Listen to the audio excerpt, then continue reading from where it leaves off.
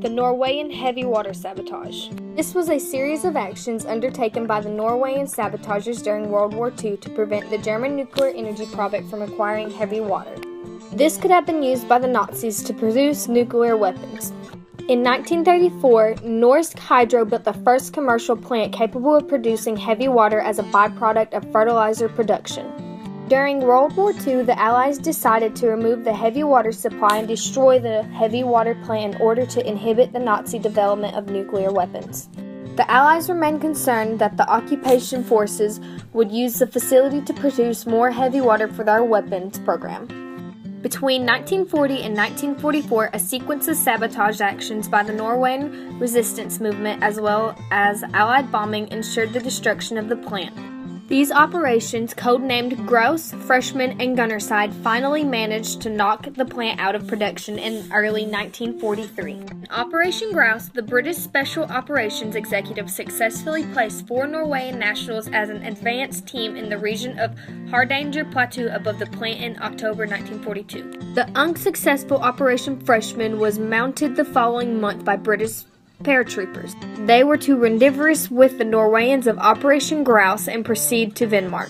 This attempt failed when the military gliders crashed short of their destination, as did one of the tugs, a Handley-Page Halifax bomber. In February 1943, a team of SOE-trained Norwegian commandos succeeded in destroying the production facility with a second attempt. This was known as Operation Gunnerside. Operation Gunnerside was lately evaluated by SOE as the most successful act of sabotage in all of World War II. They decided to attack on the night of the 27th and 28th February 1943.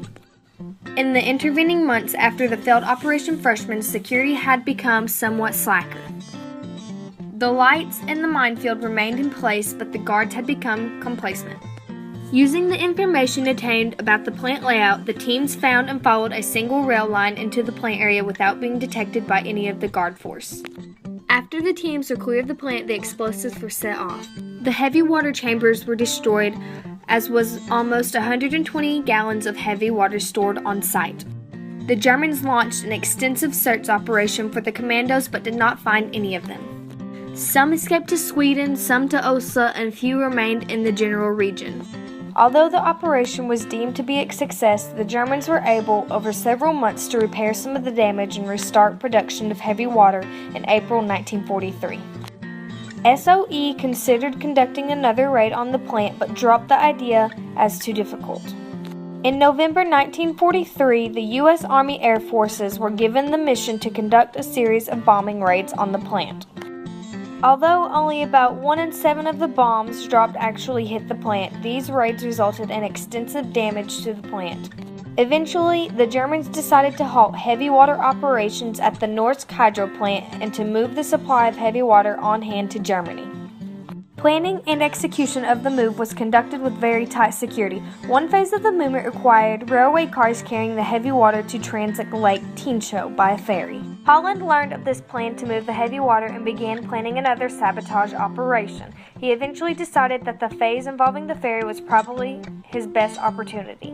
With the assistance of several members of the local resistance and a crew member on the ferry, Holland was able to sneak aboard the ferry.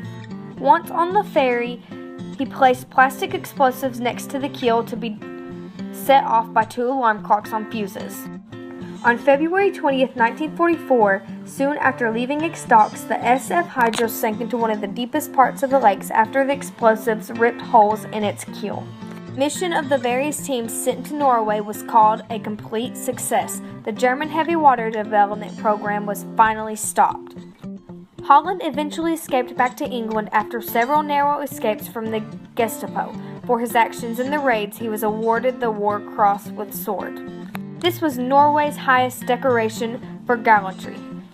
In 1947, along with another Norwegian who he had met at a training camp in England in 1944 and several others, Holland took part in the Kon-Tiki expedition. This expedition took place of crossing part of the Pacific Ocean on a balsa wood raft from east to west. Holland was the last living member of the Kon-Tiki expedition.